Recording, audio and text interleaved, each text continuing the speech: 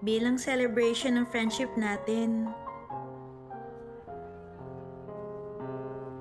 pwede bang iregalo mo sa akin to?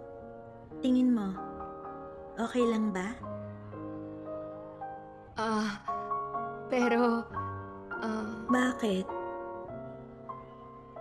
Ayaw mo?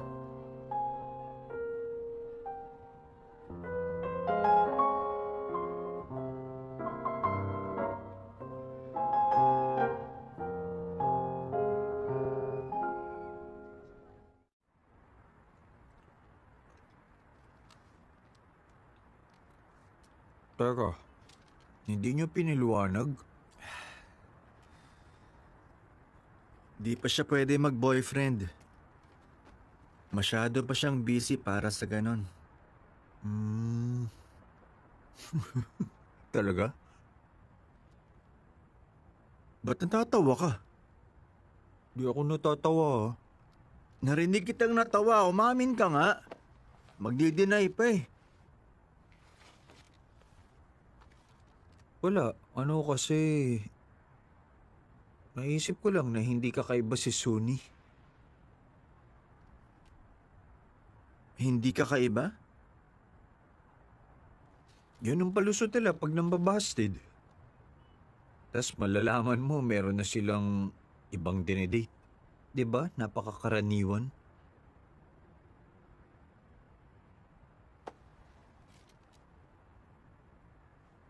Pero mukhang mali nga ako. Iba si Suni. Kilala ko siya eh.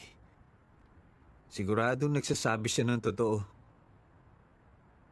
Sobrang busy niya, parang ayaw niya mapag-iwanan.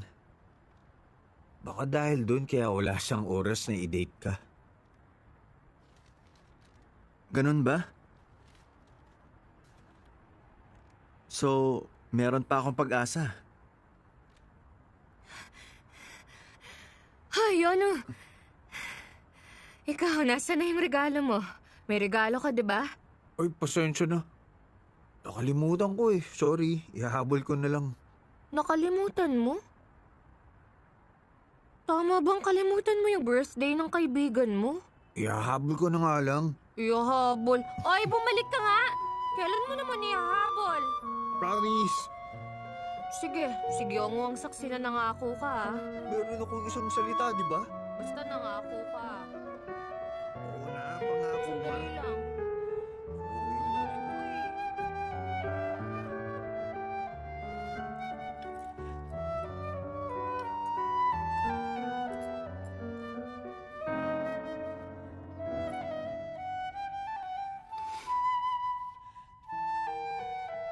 Masarap ba?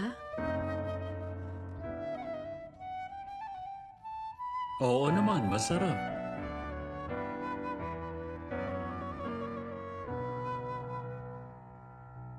Suni?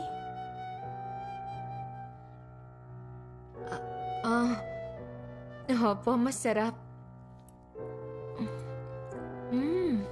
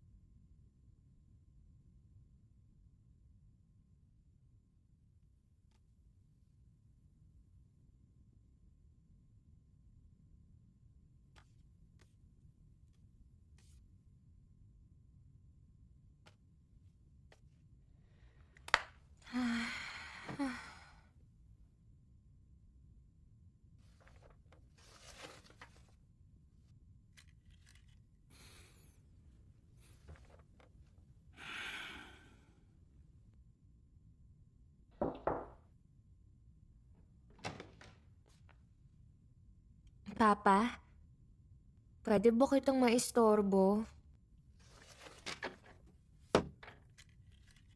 Pwede ako mag-advise ng libre kahit anong oras.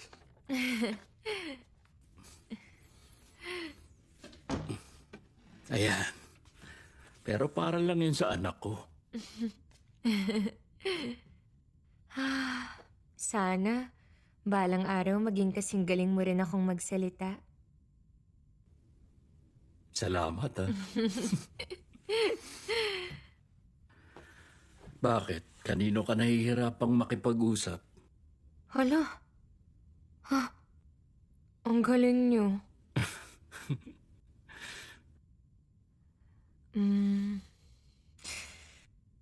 Meron kasing bagong transfer sa school eh. Gusto ko sana siyang mas makilala. Tsaka sa tingin ko parang yun din ang gusto niya.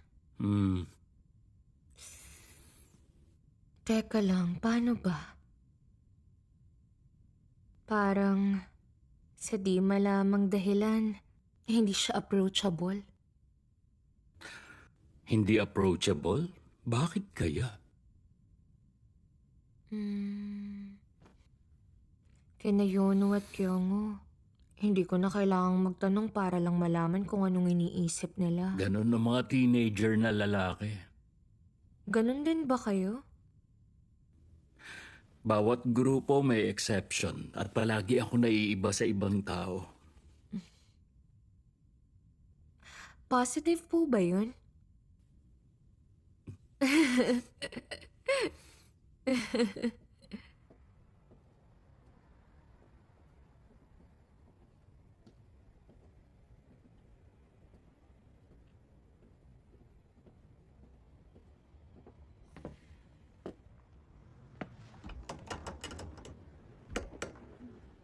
Ano to?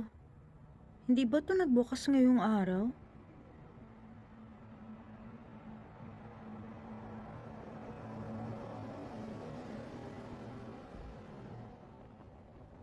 Oy, Suyon!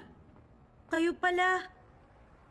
Sinabi ba ni boss na hindi siya magbubukas ngayon? Kung ganon, hindi mo alam? Binibenta ni boss tong property. Ha? Tumakas siya. Ang laki ng utang niya sa sugal eh.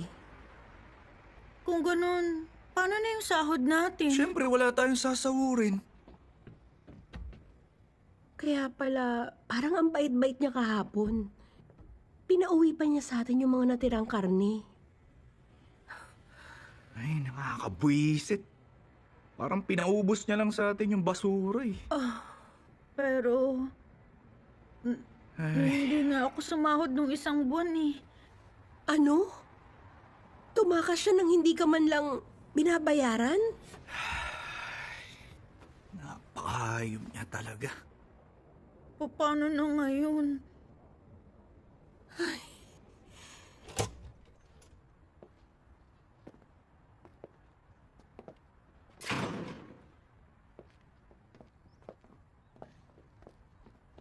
Ginawa mo ba siya na sulat? Hindi pa po.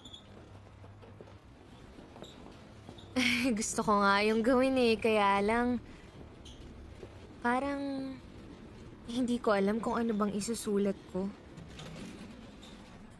Okay. Pag-isipan mo pa. Yung mga mahirap kausapin, minsan mas nakakaintindi pag sinulatan mo. Okay.